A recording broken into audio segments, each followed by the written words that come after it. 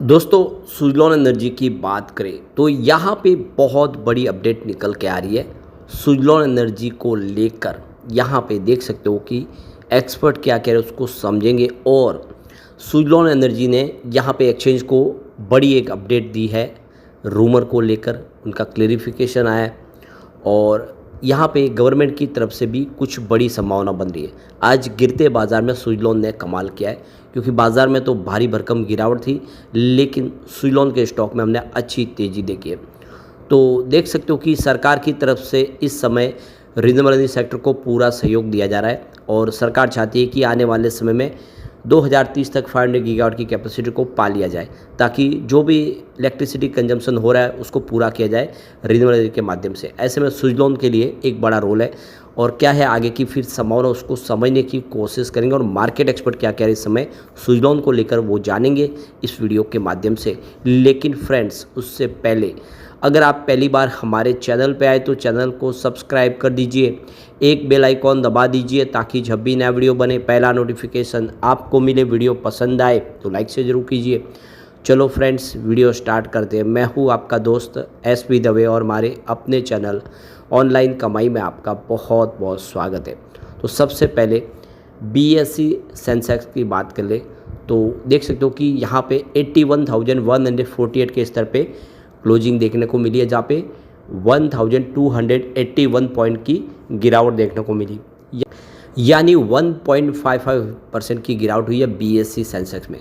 तो कल 3000 पॉइंट के आसपास की तूफानी तेज़ी थी। इंडिया पाकिस्तान का युद्ध था वो रुक गया है, सीज फायर हो चुका है और उसका पूरा फ़ायदा कल देखने को मिला। बाज़ार में जम के खरीदारी हुई और आज जो भारी भरकम कल खरीदारी उस पर प्रॉफिट बुकिंग आ गई, क्योंकि एक ही दिन में ये बहुत बड़ी तेज़ी थी काफ़ी महीनों के बाद। ऐसे में कुछ फंड हाउस ने अपनी प्रॉफिट बुकिंग करना समझा यहाँ पे मुनासिब और वही हुआ। तो प्रॉफिट बुकिंग हुई है और निफ्टी एनर्जी में भी आज गिरावट थी। 34,549 के स्तर पे क्लोजिंग थी। 185 पॉइंट की यहाँ पर भी गिरावट हुई, यानी 0.53% की गिरावट, लगभग आधा परसेंट के आसपास की गिरावट थी निफ्टी एनर्जी में। उसके बावजूद भी सुज़लॉन ने आज कमाल किया है। तो 57.65 पर क्लोजिंग थी, जहाँ पे 1.23% की तेज़ी देखने को मिली। लेकिन गौर करने वाली बात है कि इंट्राडे में 58 तक चला गया था और लो 56 था, तो काफ़ी अप डाउन देखने को मिला।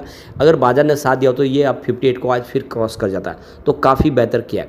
अब इसके बीच में जो बड़ी अपडेट निकल के आ रही है, सुज़लॉन एनर्जी ने जो एक्सचेंज को जानकारी दी नोटिस के माध्यम से, उन्होंने यहाँ पे एमपीएम के ऊपर अपना क्लेरिफिकेशन दिया है। तो 12 मई 2025 को कल 9:30 बजे सुबह यहाँ पे बहुत भारी मात्रा में प्राइस मूवमेंट देखने को मिला, बहुत ज़बरदस्त वॉल्यूम में वृद्धि हुई। अब इसको लेकर जो एक्सचेंज से जानकारी मांगी गई थी क्लेरिफिकेशन, उसका क्लेरिफिकेशन सुज़लॉन की तरफ से दे दिया गया है कि ये जो हाई वॉल्यूम हुआ है, जो हमें 9:30 बजे के आसपास बाज़ार खुलते ही जो एमपीएम देखने को मिला, उसमें कंपनी का कोई रोल नहीं है, यानी कंपनी की तरफ से किसी भी इवेंट की कोई जानकारी नहीं दी गई है, न ही यहाँ पे किसी प्रकार की कोई अपडेट थी मीडिया में, न कंपनी की तरफ से कोई भी ऐसा यहाँ पे कुछ नया अभी यहाँ पे आगे प्लानिंग किया जा रहा है जिसकी वजह से शेयर की प्राइस में वृद्धि हो।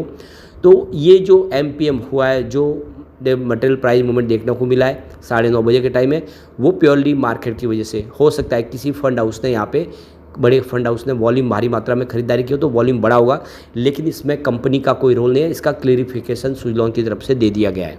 तो सुज़लॉन के शेयर में आज तेज़ी देखने को मिली, गिरते बाजार में इसने कमाल किया। तो इसके 4 बड़े रीज़न हैं ऑर्डर मिलने के साथ साथ। तो ये देखो कि सुज़लॉन में जो तेज़ी के फैक्टर है उसमें आप देखें तो पॉजिटिव मार्केट सेंटीमेंट, स्मॉल और मिड कैप मार्केट में मजबूती और रिन्यूएबल सेक्टर के लिए उम्मीदों को बाजार को सहारा दिया इसको, लेकिन बाजार तो फिर नीचे आया, लेकिन स्टॉक वैसे ही बेहतर रहा। इसके अलावा रिन्यूएबल एनर्जी पर फोकस है। इस समय आप देखें तो रिन्यूएबल एनर्जी की जो बढ़ती मांग से सुज़लॉन के बिजनेस मॉडल में निवेशकों का विश्वास बढ़ा है। लगातार सरकार का इस सेक्टर को सपोर्ट भी मिल रहा है।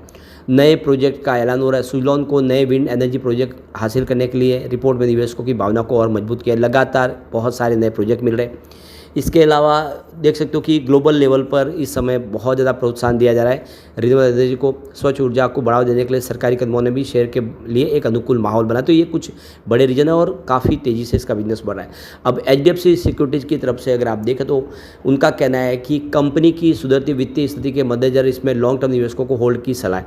तो अब देखो कि एचडीएफसी सिक्योरिटीज़ का भी कहना है कि कंपनी के पास बहुत सारे प्रोजेक्ट है, कंपनी अपनी कैपेसिटी को एक्सपांड कर रहा है। ऐसे में आने वाले समय सुजलॉन और बेहतर करेगा, निवेश इसमें बने रख सकते हैं अपने निवेश को।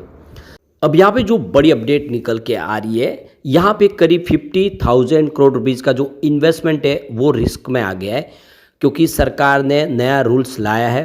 आप देखिए अप्रैल 2017 से सरकार ने यहाँ पे मैंडेटरी कर दिया है कि जो भी विंड एनर्जी के जो प्रोजेक्ट है जिनके पार्ट्स मेक इन इंडिया के तहत ही मैन्युफैक्चरिंग किए जाएंगे और उन्हीं को मान्यता मिल पाएगी।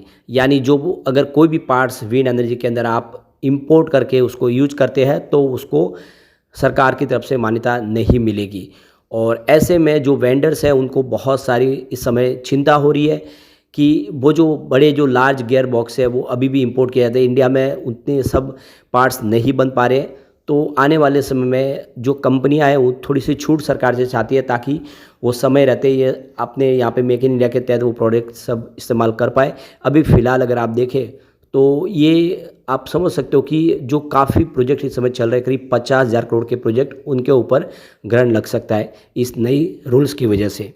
तो यहाँ पे देखो कि ड्राफ्ट अमेंडमेंट किया गया, इसमें आप देख रहे हो कि नया जो RALMM मॉडल इशू किया गया 17 अप्रैल 2025 के मिनिस्ट्री ऑफ रिन्यूएबल की तरफ से, जिसमें आप देखो कि जो ब्लेड्स है या फिर टॉवर, गियर बॉक्स, जनरेटर, वो सारे के सारे लोकली मैन्युफैक्चरिंग होने चाहिए, तभी उसको मान्यता मिल पाएगी। और ऐसे में इन कंपनियों को अब प्रॉब्लम हो रही है। तो यहाँ पे उनसे सरकार से यहाँ पे डिमांड की गई है कि कम से कम अगर आप देखें तो 50 विंड टर्बाइंस या फिर 200 मेगावाट तक की जो कैपेसिटी है उसको छूट दे दी जाए, उसको एक बार उसकी मैन्युफैक्चरिंग को एग्जाम किया जाए ताकि वो आने वाले समय इसमें तेज़ी से अपने कारोबार को आगे बढ़ा पाए। लेकिन अभी फ़िलहाल के लिए कम से कम इस नॉर्मल कैपेसिटी को 1 साल के लिए छूट दे दी जाए इस RLM के नए रूल्स के तहत।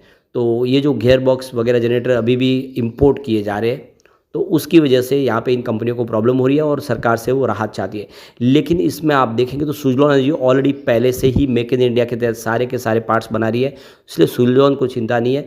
दूसरी कंपनियां जो चाइना से इंपोर्ट कर रही है उनके लिए यहाँ पे बड़ी प्रॉब्लम यहाँ पे दिखाई दे रही है, लेकिन सरकार इसके लिए हो सकता है कुछ राहत दे। और आप समझ सकते हो ये इंडस्ट्रीज इसके लिए काफ़ी बड़ी डिमांड सरकार से इस समय कर रही है। एक और जो बड़ी अपडेट निकल के आ रही है, जलवायु संरक्षण में भारत की भूमिका अहम है, दुनिया ने माना और इसको एशिया का लीडर माना है इंडिया को। तो क्लार्कसन ने कहा है कि एशिया एक ही बार में 2 बड़े संकटों, आर्थिक और जलवायु से निपट सकता है अगर इसके उद्योग और सरकारें स्वच्छ तकनीक, नवाचार और नवीनीकरण ऊर्जा पर आधारित ऊर्जा सुरक्षा और डिकार्बनाइज आपूर्ति श्रृंखला के साथ आगे बढ़े। तो अगर रिन्यूएबल एनर्जी को लेकर आगे बढ़ती है तो इनको आने वाले समय में बहुत सारा बेनिफिट हो सकता है। एशिया ही वह जगह है जहाँ बदलाव की जीत होगी या हार होगी। तो जलवायु संरक्षण की दिशा में भारत द्वारा किए गए कामों को पूरी दुनिया में मान्यता मिल रही है। एक ग्लोबल मंच ने अक्षय ऊर्जा के क्षेत्र में भारत की प्रगति की जमकर तारीफ की है और कहा है कि भारत ऊर्जा परिवर्तन के मामले में एशिया का नेता बनकर उभर रहा है। क्लाइमेट ग्रुप की CEO हेलेन क्लार्कसन ने सिंगापुर में आयोजित एक कार्यक्रम में कहा कि एशिया में ऊर्जा परिवर्तन में भारत की अग्रणी भूमिका है और यह जलवायु लक्ष्यों में लगातार प्रगति कर रहा है, जिससे सौर ऊर्जा पर खासा फोकस किया जा रहा है। यह उत्साहजनक है, यानी इंडिया ने इसमें एक बड़ा कमाल करके दिखाया है। हेलेन क्लार्कसन ने कहा है कि पिछले कुछ वर्षों में देखी गई प्रगति के साथ अक्षय ऊर्जा क्षेत्र में भारत की प्रगति शानदार है। उन्होंने भारत सरकार के नवीन और नवीनीकरण ऊर्जा मंत्रालय के आंकड़ों का हवाला देते हुए कहा कि वित्त वर्ष 2025 तक भारत की कुल अक्षय ऊर्जा क्षमता 220 गीगावाट तक पहुंच गई है। इसमें सौर ऊर्जा का सबसे बड़ा योगदान है। कुल नवीनीकरण ऊर्जा का क्षमता 48% है। तो एक बड़ा अचीवमेंट इंडिया ने कर लिया है और अब तो दुनिया भी लोहा मानती है इंडिया की। तो कुल मिला के आने वाले में और भी निवेश आएगा और इसमें सुजलॉन जैसी कंपनियों को बहुत सारा बेनिफिट हो सकता है। लेकिन फ्रेंड्स, कोई भी इन्वेस्टमेंट करने से पहले अपने फाइनेंशियल एडवाइजर से एडवाइस ले ले या अपना खुद का रिसर्च करें, क्योंकि मैंने वीडियो आपके एजुकेशनल पर्पज़ के लिए ही बनाया। वीडियो पसंद आए तो लाइक से जरूर कीजिए और चैनल को सब्सक्राइब कर दीजिए। Thank you friends.